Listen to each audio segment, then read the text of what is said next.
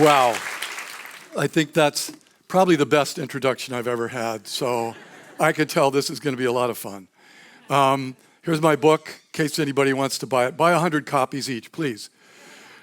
So, I'm here tonight to talk about the economy and how we could make more sense out of the economy and maybe give some ideas about how we could steer our planet a little better than we've been steering it. I do want to say this is a hard act to follow. I really like the last band, but I hope I'll see more dancing in the back in the second act. So when I wrote this book, I found myself asking, why am I thinking about the economy anyway? What is the economy? And I came up with an answer. It's the metabolism of civilization. That is, I like to make analogies to biology, and just like you don't get very far without your gut working and digesting food, we don't get very far if the economy doesn't work. In fact, if we didn't have the economy, most of us would be dead, because the planet couldn't support 1,000th or even a 10,000th of the people that it supports now if we were all Robinson Crusoes living on our own. The economy is also connecting us to the physical environment. That part, unfortunately, often gets lost a little bit, but it's the basis of, that's the really important part. And this is just to elaborate on this metaphor a little more. I actually realized after I came up with this idea that George Orwell also referred to the metabolism of civilization. And so I'm really glad to be following in his footsteps. So the economy takes goods takes natural resources from the environment, combines them with human labor, and makes goods and services that we all need, or at least think we need for some reason. Similarly, a metabolism takes material from the environment, food, and combines it to make energy and material that an organism needs to reproduce. So the analogy is not completely empty. I'm also going to think of the economy as an ecosystem of specialists. So why do I say that? Well, what's an ecosystem? Well, let's think about, say, grass and zebras and lions. Grass is a specialist at taking water and soil and sunlight and turning it into grass. Zebras are specialists at taking grass and turning it into zebras, and lions are specialists at turning zebras into lions. Now, you might think that therefore the lions don't have anything to do with the grass, but actually they have a lot to do, because if the lions all get killed and the zebras overpopulate, the grass gets trashed. So ecology is the science of studying how all those interactions relate to each other. And similarly, to really understand the economy, we need to realize that we're really thinking about an ecosystem of specialists. This observation was originally made, at least the first person I know, was Imam al-Ghazali, and somewhere in the middle of that date range, around 1100. Actually, this is one of the virtues of writing a book. When you write a book, you find out stuff, because in my book I talk about Adam Smith. And somebody immediately get a letter saying, "You idiot, don't you know about Imam al-Ghazali?" And of course, he was saying just the right stuff. And he's basically just pointing out that even in those days, producing a loaf of bread probably required indirectly the work of 1,000 different people. Here's the physical supply chain of a laptop. You can see it involves actions taken in every continent in the world except Antarctica. This is, of course, very much in the news these days, given what the crazy president of the United States has been doing. And, if you ever thought economics was not important, just follow current events over the last month. I used to think it wasn't very important, but little did I know. And so this is yet another picture. This is just the USA. This is actually at a very high level. So the lines here are connections between industrial sectors, and the size of the little dots is the size of the sector in gross output. This concept of thinking about things this way was invented by Vasily Leontiev, a really interesting guy who had to feign a fatal illness to leave the Soviet Union. But then once he got out, he magically got better and went to Harvard.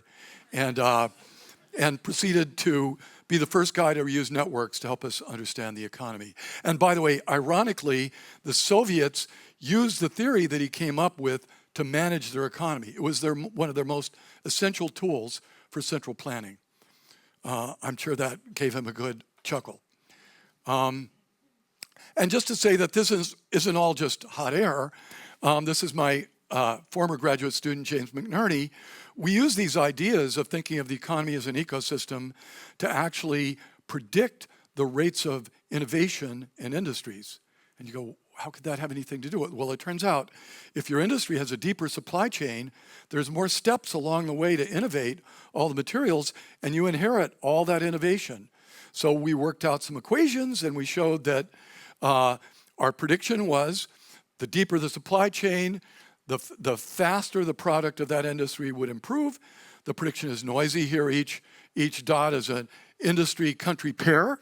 So you can see it's kind of a scatter plot, but if you bend the data up, the black line is our prediction. It worked shockingly well. And as a scientist, you know, it doesn't happen that many times in your life that one of your predictions really works. So I have to show it to you just to show off. And I still don't see the dancing in the back. Now, what is economics really about from a science point of view? I would say it's, at some crude level, it's accounting plus behavior. Accounting because you can at least imagine every household has a balance sheet that says what they own and what they owe, and so you know their assets and liabilities, but it connects them to other people because their liabilities maybe to others, they make transactions with others, and the accounting part is kind of like physics. Accounting has conservation laws, just follow certain rules. The behavior part is what's really hard, though the accounting part can be really complicated, and we may come back to that. So as I said, balance sheets are interlinked by transactions and liabilities. So with 8 billion people in the world, we have this incredibly complex network linking everybody's personal balance sheet to everybody else. Now the behavior part in economics is hard because in a sense in economics you have to understand all of psychology before you can get started with doing economics. Of course, people didn't wait that long. And in fact, you can get by with much simpler stuff, as I'll say in a minute. But this is just to say the accounting's straightforward but complicated. We've got the order of 100 million firms in the world, 2 billion households, 3.3 billion workers, and trillions of active contracts. And contracts are things that also connect balance sheets together. They're part of the record of interactions that I think of the economy in some way as like all these contracts are like wound springs that unwind at specific points in time as the conditions that cause them to happen get triggered. And you have to realize something as simple as a dollar bill is actually a contract because it's really a statement about who owes what to whom. So as I said, the behavior is complicated. And by the way, I don't know if my talk will be very clear, but I hope at the end you'll at least have a good idea about my taste in art. You will see that the Flemish are very well represented. And that's not just for you guys, that's me. Now, how do mainstream economists do this? Well, first of all, they write down equations. How do they write down the equations? They assume that each agent in the economy, an agent is someone that makes decisions, like, am I going to eat this or that? Will I start a business? How much should I produce in my business? People are making economic decisions all the time. And so you write down a utility function that might say something like, I like to consume stuff. And consuming more stuff makes me happier than consuming less stuff. You might think I'm joking, but that's the typical utility function that gets written down in a macro model. Each agent has a model of the world. The benchmark model is rational expectations, which means something like you can do any calculation, anything you want to understand about, and you have to understand everybody else. You can understand all of it, and you can do all those calculations. And so you all assume that each agent selfishly maximizes their own utility. This then allows you write down supply equals demand. So you write down a bunch of equations and you use some calculus to solve it. And you use that to deduce the action that each agent will take, and then you look at the economic implications of those actions. So, there's probably, I don't know, 100,000 economics papers written using exactly this template. Now, I want to also emphasize, I'm really talking about economic theory, trying to build a model up like this, or some other way, but understanding causality rather than just taking a lot of data and analyzing the data. There's a whole field of economics that does that called econometrics. I think what they do is generally just fine. But we're talking about theory. Now, let's first say a little bit about the model of behavior. So this classic model of rational expectations means that, like if Bobby Fischer were following rational expectations, he would really understand everything about chess and the consequences of all of his moves. Many alternatives are being explored, but let me give you another example where the theory actually kind of works. When I was 10, I was playing tic-tac-toe with my friends. Seemed a lot of fun. And then I figured out how to always get a draw, even if I went second. And I was very proud of myself. But within hours, my friends had all figured it out too. And then we realized that tic-tac-toe was an incredibly boring game because all we ever did was draw. Now, what does that mean? If the economy were tic-tac-toe, then we were actually behaving like rational players. We figured out the strategic equilibrium of tic-tac-toe. That's called a Nash equilibrium in game theory jargon, okay? But to go back to chess, Bobby Fischer is not a rational player when he's playing chess. Why? Because even Bobby Fischer didn't understand chess at nearly that level. Chess could have, it has at least one Nash equilibrium. It could have a million of them. We have no idea what they are. So it's just an example that it's a bit of a dangerous assumption to make behaviorally. Now, in the last 30 years, behavioral economics has revealed that, cataloged the many ways in which people aren't rational, but nonetheless, the workhorse models that macroeconomists use, that the Dutch central bank uses, the Dutch Treasury Department uses, all of these institutions throughout the world use, are still based on rational expectations. Now, they do some tricks, like they put in what they call frictions to sort of keep these models from being perfect, but they're still based on the basic template that I saved. Economists realize this is a big problem. They're trying to solve it, but there's no widely accepted solution. I'm, of course, going to propose one. So complexity economics, what I'm going to talk about today, provides an alternative. What is complexity economics? Well, it's applying complex systems to the economy. Okay, what is complex systems? Complex systems is a study of emergent behavior. We actually have an institute here in Amsterdam I've been learning about. It's like music to my ears. To study emergent behavior. Emergent behavior is when you have a system with building blocks, like, say, imagine neurons, and you hook them all together, and they do things that just from looking at the building blocks, you would never have guessed they were going to do.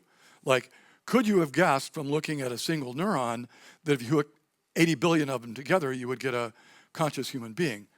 I certainly couldn't have guessed that. You, of course, do have to hook them together in just the right way. When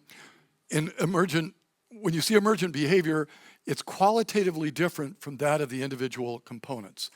The economy is another good example of emergent behavior because we can do things in the economy that we could never come close to doing as individuals. Maybe we'll get some time to talk about capitalism at the end. Capitalism emerges. It does a lot of things in parallel. I think it requires regulation, but it is it has remarkable emergent properties. Now, complexity economics is applying complex systems thinking to economics, something that you would think might be standard given that Adam Smith, many people regard as the first person to really articulate what an emergent behavior was, although I suggest that Al-Ghazali might have preceded him. But that's somewhat been lost in economics. And so what have I been doing for the last 25 years? I've been taking that kind of complex systems thinking. Complex systems is a movement I helped start in the 80s, and applying that to the economy, which has made me a bit of a, what would be the word, heretic or rebel in the hinterland. So in complexity economics, we have a much more flexible idea about how we're going to model the economy. We do several different things, and we base our models instead of on rational expectations on bounded rationality, meaning we assume agents have reasoning capabilities that are limited, that there's lots of problems we can't actually solve. We use rules of thumb, we use myopic reasoning. So say if we're playing, and this is an idea originally articulated by Herbert Simon, who said we find solutions that are good enough to get along. And we don't find the optimum. See, and I should emphasize that in economics, you actually find the solution that creates optimal utility for everybody, for all the agents. So we don't do that. We just say, let's kind of look at what people actually do. Heuristics are things like, well, I'm a sailor, so I have to put a sailing slide in. If you're sailing and you want to know whether you're about to collide with somebody else, how do you know? Well, there's something called the gaze heuristic. So you look at the angle they're making with your boat, and if neither of you change course, if their angle moves, you know you're not going to collide. But if that angle doesn't move, you start to get worried. And you say, and it's extremely simple. Despite the fact that you might think we had to solve some complicated, extrapolate the trajectories, that heuristic does it very well. And if we're playing chess, well, what are the heuristics? Control the middle, queen is better than a rook. So you use heuristics like that together with some myopic reasoning to try and do the best job you can. So in complexity economics, we embrace bounded rationality, and we allow things to be out of equilibrium. That's the other thing. Often we don't need supply to be equals to demand. We can just set the system running and see whether that happens. And so the way I think about this dilemma, I've actually met quite a few economists, say ones in the sort of 35 to 40 year range, who say, well, I proposed a complexity economics model to my advisor, and my advisor said, oh, you can't do that. Why? Well, you get lost in the wilderness of bounded rationality. And by the way, it would ruin your career. Now, what do they mean? So they have a point. So in this picture, think of this as the wilderness of bounded rationality. These are like brains with real people, and they're all out in the wilderness. In some way we don't completely understand. They're all different. And so if we start with rationality, rationality has the advantage that there's only one way to be rational. So it means you can calculate stuff. And so I imagine these guys, traditional economists, entering the rationality gate. And then the advice is, good economists realize real people are more complicated. They just say, keep the rationality gate in sight, sort of add assumptions so that you can always kind of see where you're coming from. Because if you get out here, it's so complicated, you'll just get lost. Now, meanwhile, some of us have been entering through this zero intelligence gate back here. Not a comment about myself, or maybe it is, but I've made models where the agents just throw darts at a dartboard. And actually, sometimes you can calculate interesting stuff, like a theory of technological progress. The engineers throw darts at a dartboard. If the throws are better, they're smart enough to see, I made a better throw, and they take the new throw. That's all we assume about their intelligence of the engineers. And you can actually prove things about the rates at which technologies improve that matches what we see in reality. So there are examples of those kind of models. And then what we do is try and work our way. And again, we start with a simple hypothesis, and we work our way into the wilderness, adding layers of increasing intelligence into the agent behavior. And the goal is to meet in the middle. Sometimes we can do that. In my book, I discuss the case where we actually have met in the middle. My colleague, I entered through this gate, my colleague Jean-Philippe Bouchot's group entered through this gate, and we actually showed what really works in the middle. Long story. Not going to hear it unless somebody asks me a question. Now, how do we do this in complexity economics? We use simulation. We mimic things on a computer. We make what are sometimes called digital twins. So we have an algorithm, and inside the algorithm, we can say, okay, there's household 1, and here's household 2, and this is firm 1 and firm 2, and here's the government, here's the central bank, here are the other banks. So and all of them are, the firms are making stuff, the households are consuming stuff, so we mimic all the actions that happen inside the economy. Or if it's a financial system, there will be traders buying and selling things. Now, you might think, simulation's a tool that's now used in virtually every field of science. I'm just finishing a book I really like called A Brief History of Intelligence, where he has convinced me in this book that we're running simulations all the time. Everybody in this audience is running a simulation, because how does your brain work? The thing that distinguishes mammals is that we simulate our environment. Even rats do this. And we go along simulating our environment, and we pay attention when the simulation and reality don't match. And we go, aha. That saves us an enormous amount of perceptual burden, because basically you just monitor it, and you only, and if you want to make a decision, you can simulate, what if I did this? What if I did that? That's, by the way, where we're heading here. We want to model, and actually let me save that for the next slide. So we put in bounded rationality, and we have a lot more feasibility. So we do what's called agent-based modeling. It's called agent-based because there are agents making decisions in the model. We use things like this. We might have something like even a machine learning going on, in our agents using machine learning to make decisions. But it's not perfect, because they don't, we don't actually ever find the optimum. We model things from the bottom up with a simulation at the low level. And the term I've coined is verisimilitude. The goal is to do things the way they're really done, as is rather than as if. And this is, economists often say, we know our model doesn't really follow the way things really work, but it's as if the world worked that way. And so I say, let's actually try and stick to the way it works as closely as we can. Now, there are a lot of advantages, I think, to what we're doing. There's also some big challenges, but tractability is the biggest one, meaning if you're doing a traditional model, these equations get hard to solve once you start to deal with something that's very complicated, meaning very realistic. So once you have more than 3 or 4 agents, you can't solve the equations any longer, so they're forced to keep the models pretty simple, which means you can't put in a lot of the stuff that's the way the economy really works. In some of our agent-based models, we have millions of agents, each of which is different. And now, I have to say something about AI, because you read about it in the news every day now. How does this differ from AI? Well, in AI, it's more like what I mentioned, econometrics. You take data, you put all the data into your model, and then you train the model so that it can match the data. But that doesn't really tell you how things work. And it typically takes a lot of data if you want to have that work well. And you can't do counterfactual experiments, because all that data comes from the world as it is.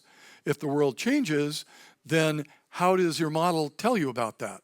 There's an asterisk there I'll come back to, because there is a way to do it that we do. Maybe I'll, okay. How do you do that? But the other big advantage is that with an agent-based model, you put in all the stuff you know. You say, well, there's markets, and here are the firms, and these are the way things work as far as we know. And then you still do a little bit of stuff to fit to the data, but you put a lot of prior knowledge in, which means you can get away with a lot less data than you need for AI. So those are the 2 big reasons for doing, and by the way, we use AI for a lot of things, like we let our agents use AI. So one way you can do economics with an agent-based model, this is on the frontier, is you set up the economy, and then you let the agents play against each other. Being, greedy capitalists, you let the firms try and get rich, and you give them each a learning algorithm, and they all play against the other firms, and the firms that have the best strategies make more money, and so you can actually evolve strategies in your model. This is sort of the state of the art, though, or let's say it's next year or year after state of the art. People are just starting to really do stuff like that. Now, ABM is in transition, because until recently, people were making qualitative models, like trying to produce characteristics of a generic economy at a generic point in time. But in recent time, we've been building quantitative agent-based models, specific economy at a specific point in time for a specific purpose. We built a model of housing markets. I'm not going to say much about it because I want to talk about other things too, but we literally gathered every bit of data we could for Washington, D.C. We built a model of the Washington, D.C. housing markets. We knew from income tax records how many people moved in and out of Washington and what tax brackets. And let me just say, you can't read the slides too fast, but what this slide says is it worked pretty damn well.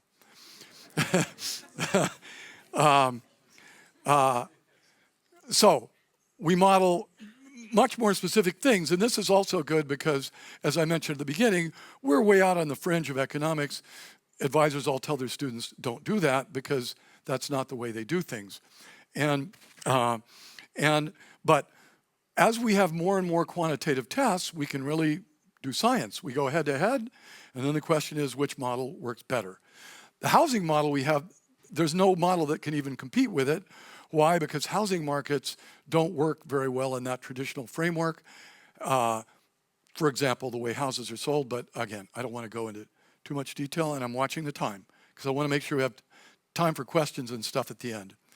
Now, when COVID broke out, I put together a team of my best graduate students, former graduate students, and postdocs, and we literally worked around the clock because Penny was in Australia to build a model of the economy of COVID. What would COVID do to the UK economy? That was the task we set ourselves. We had some dialogue with the government who said, yes, we're very interested in that question. And so we got a model built so that before the UK went into a lockdown about 3 weeks too late. But okay, they were in a hard lockdown. The economy was clearly suffering pretty badly. And the question is, they were going to do something else. What should that something else be? And to make a long story short, we found a sort of least bad solution that would result in somewhat more deaths than a full lockdown and somewhat more economic harm than no lockdown at all, but it was a pretty good compromise between the two. And we actually predicted the COVID shock to the economy amazingly well. Our model predicted, for example, a 2020 GDP loss of the second quarter would be 21.5%, and in reality it came in 22.1%, which you only know a year later because it takes them a long time to measure this stuff. We actually modeled industry by industry, and we really looked at a lot of fine-grained detail. Penny and Maria were experts on properties of workers. So we could ask, for example, what occupations work within 2 meters of each other at work? Amazingly, the Bureau of Labor Statistics in the US had a little table, so we could just look occupation by occupation, so we knew who wasn't going to work unless they really had to. And from that, we could back out which industries were not going to have the labor they needed, and so on. And we could predict the size of the shock. This is the demand shock, meaning the shock because there's no customers, and the supply shock, meaning the shock because there's no labor. For all these different occupations, these are the ones that didn't feel much effect, and these are the ones that felt big effects. And this is a picture of the UK economy. So the size of the circle is the gross output of each industry. The lines are the connections between industry, which industry supplies inputs to which other industry. The upstream side of the economy is here, agriculture, fishing, forestry.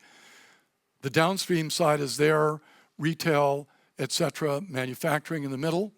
And so we first of all predicted how big the shocks would be, and then we built a model that allowed us to watch how the shocks propagated through the economy. The supply shocks propagate downstream, the demand shocks propagate upstream, they collide in the middle, and our model, we started it out with, I don't have that base, sorry, I'm missing a slide here. But our model basically did something very simple. It every day asked, does the industry have enough labor? Does it have enough inputs? And we actually meant critical inputs, like if you're making steel, you absolutely have to have iron, energy, coke, can't make steel without it. But if you look at the input table, well, there's restaurants. Why? Because they have a cafeteria. you can just shut your cafeteria down, tell people to bring their lunch. So we actually did a survey, so we knew that industry by industry, what did they actually need. We gave them an inventory, and every day we just marched along day by day, and we could see how the economy was changing. So you can see the industries ranging from one that's unaffected to one whose output goes to 35% of normal.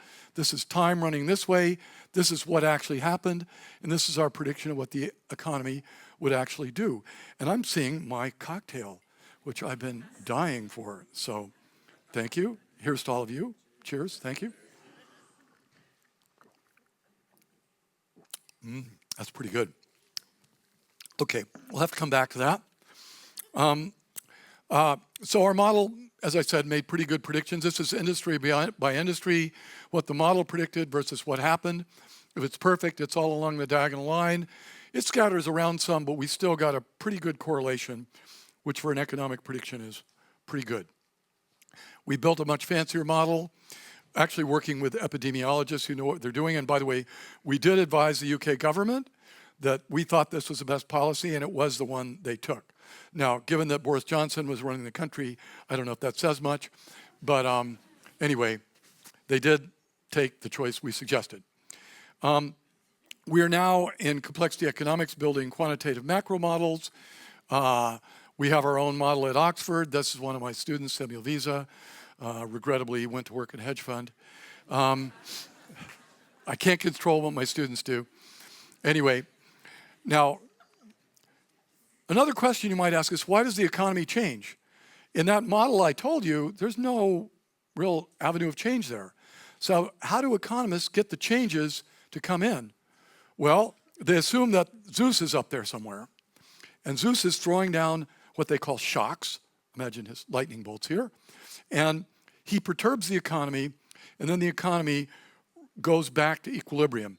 It's somehow called a rocking horse economy because basically Zeus hits the rocking chair starts to rock, it's settling back to its equilibrium, but before it settles in, another shock comes. Now that's sort of what's going on for something like COVID. It was indeed an outside shock, but the crisis of 2008, this was pure greed and over-leveraging and mismanagement of our own economy caused that crisis. It had nothing to do with outside effects. And one of the things I'm an expert in is actually what's called endogenous dynamics. Systems where you can write down some equations. There's nothing in there that says stuff changes like this. It's an emergent phenomena.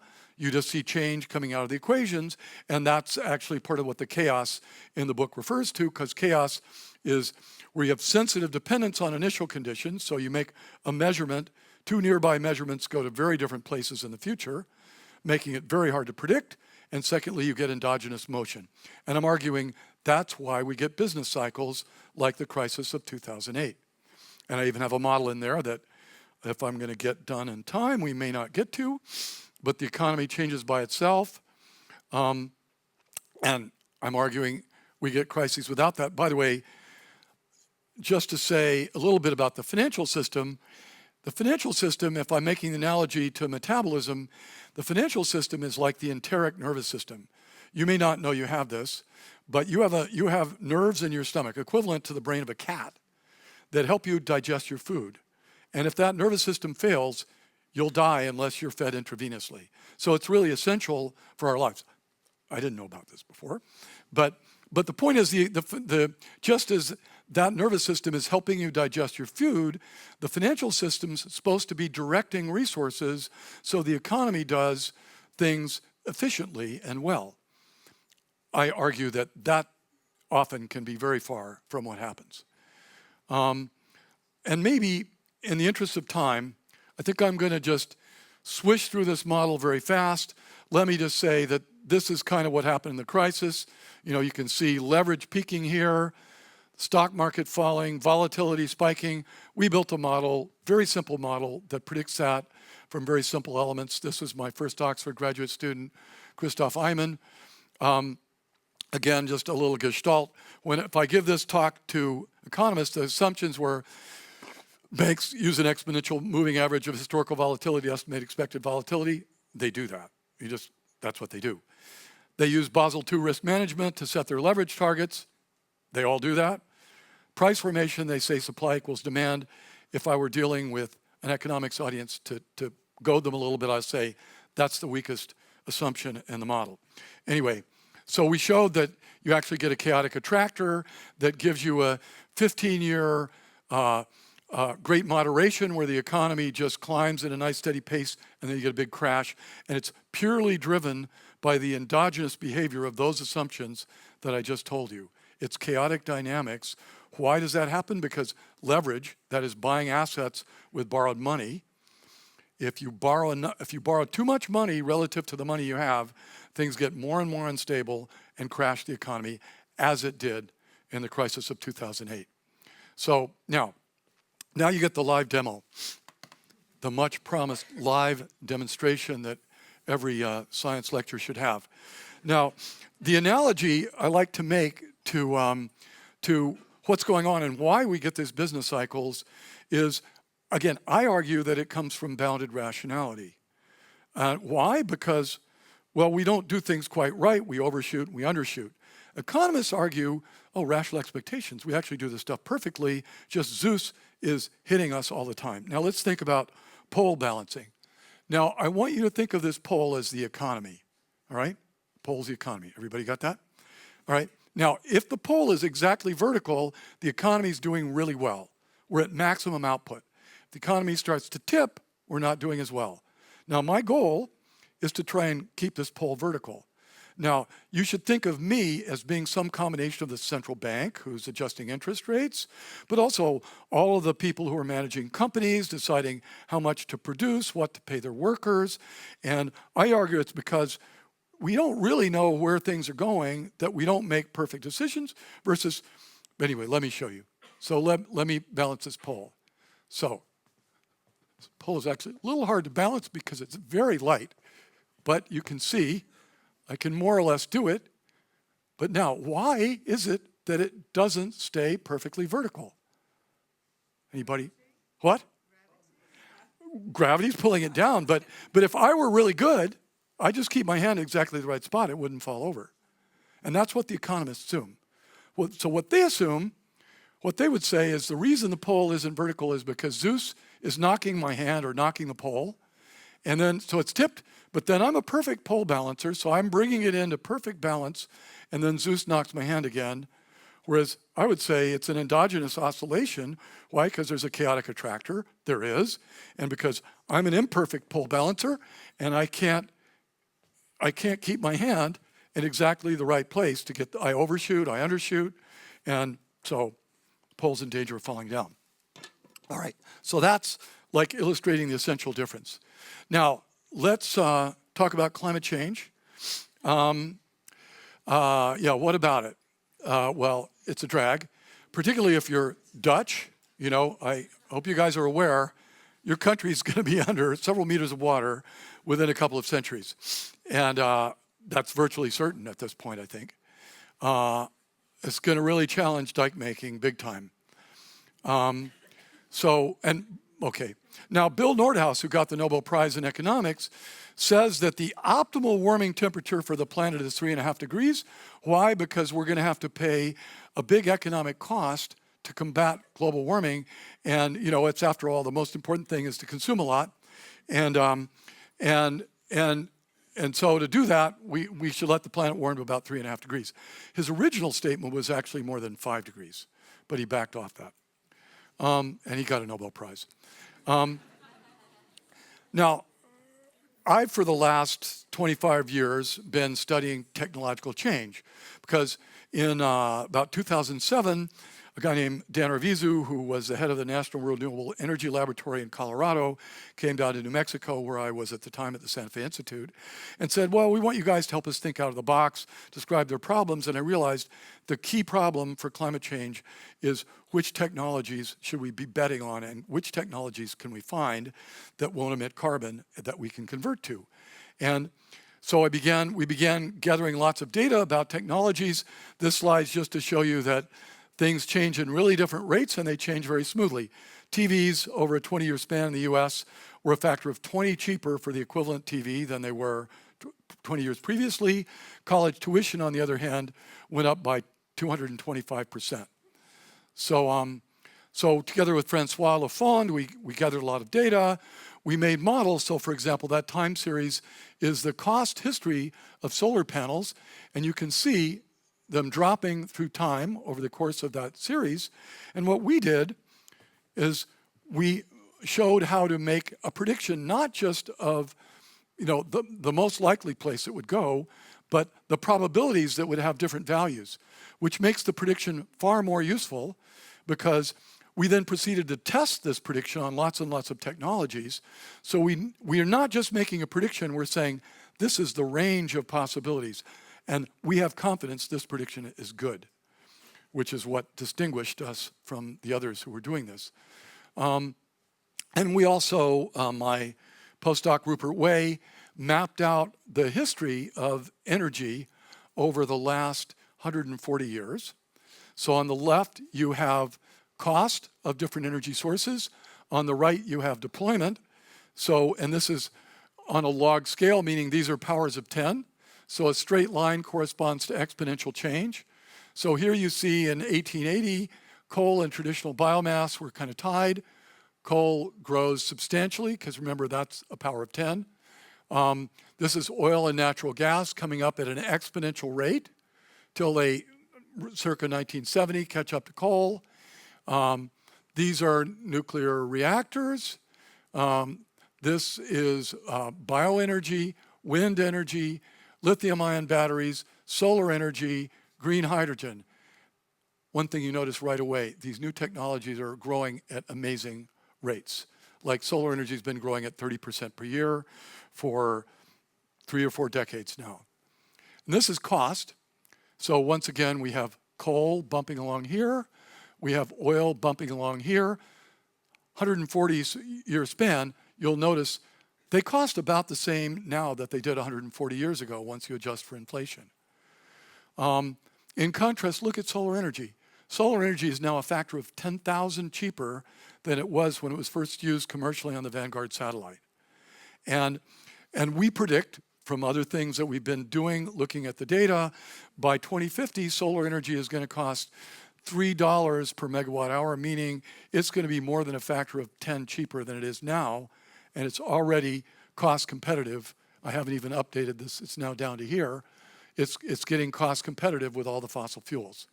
So thankfully, we actually have something that's going to prevent us from going to the 3.5 degrees that Bill Nordhaus said. We're still probably going to end up at 2, which is still not great, but it's a lot better than going higher than that. And the study we did, we looked at a scenario where we said, suppose we make a rapid transition.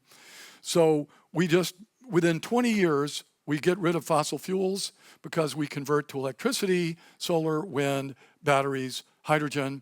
We priced everything in a very conservative way, gathered tons of data, and showed that that was actually, on average, about $12 trillion cheaper in net present value than business as usual fossil fuels. Why? Because of what I said about solar energy. Anyway, so this is the point. Now, let me just say, to start wrapping up, we're facing serious problems: financial crises, inequality, climate change. I didn't mention inequality, but in a complexity economics model, we actually can model millions of individuals, and we can look and see what's happening to these guys, what's happening to those guys. I would argue one of the problems that we're facing in the United States right now is that, there were these statements by economists like, globalization's good because, we can make all the goods cheaper, that's good for everybody.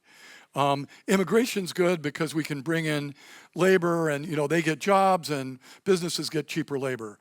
But if you look more carefully, you'd see some parts of the country, like the Rust Belt, white males in particular were going to be displaced from their jobs, and they're making less than they were 50 years ago. And not surprisingly, they're not very happy. You can really map out who the winners and losers are going to be with these kind of models in a way that you can't do with conventional models. One way I think about science is that it makes things that are random become predictable. It was mentioned I beat the game of roulette. How do we beat roulette? We said, well, To a casino, it's a random number generator. To a physicist, it's a rolling ball on a circular track. And so if you can measure its position and velocity, you know the force is acting on it, you can predict where it goes, and we showed, indeed, you could do that. And that's sort of, science does that over and over again. It takes something that looks pretty random, and it turns it into something you can predict. We've started a company, Macrocosm Incorporated. Our goal is to scale up complexity economics, reduce it to practice, make predictions day in and day out, and focus on the climate transition. We're trying to build a better map of the economy by really gathering data, fine-grained data about the economy at the level of individuals, synthetic populations of individuals. We don't want to violate anybody's confidentiality, and firms. And we're building a sort of suite of models to help us understand the climate transition, where we sort of build each model separately, test it, and then put them together once we're confident that they work. And I think, to end with a big picture, my hope is that we will become a more conscious civilization. Now, what do I mean by that? Well, what is consciousness? Consciousness, I would argue, simple definition, it's a model of yourself. You know, this is me, and that's somebody else, and I know something about me, so I'm conscious of me and what I'm doing and how I affect others. So you have theories of mind that allow you to think about those things. Now, we, as a civilization, we 8 billion, we suck at governing ourselves. I mean, just look at what's happening around the world right now. We know all this stuff, and yet we can't collectively cooperate to do what we're going to do. Now, that's partly because the big problem to solve is how are we going to govern ourselves better? But at least if maybe we had some good science so that we understood ourselves, the science of understanding who people are and how they act collectively, and if you put them in a given situation, what will they do? I think that's becoming achievable. Why? Because we have computers that can run the models. We have data that the computers are gathering that we can look in detail about lots of examples of what people do. I think social science is on the verge of moving into a much more quantitative regime where we can actually start to understand ourselves and therefore become, as a civilization, more conscious. And I believe that's my okay, there's my book again. Thank you very much.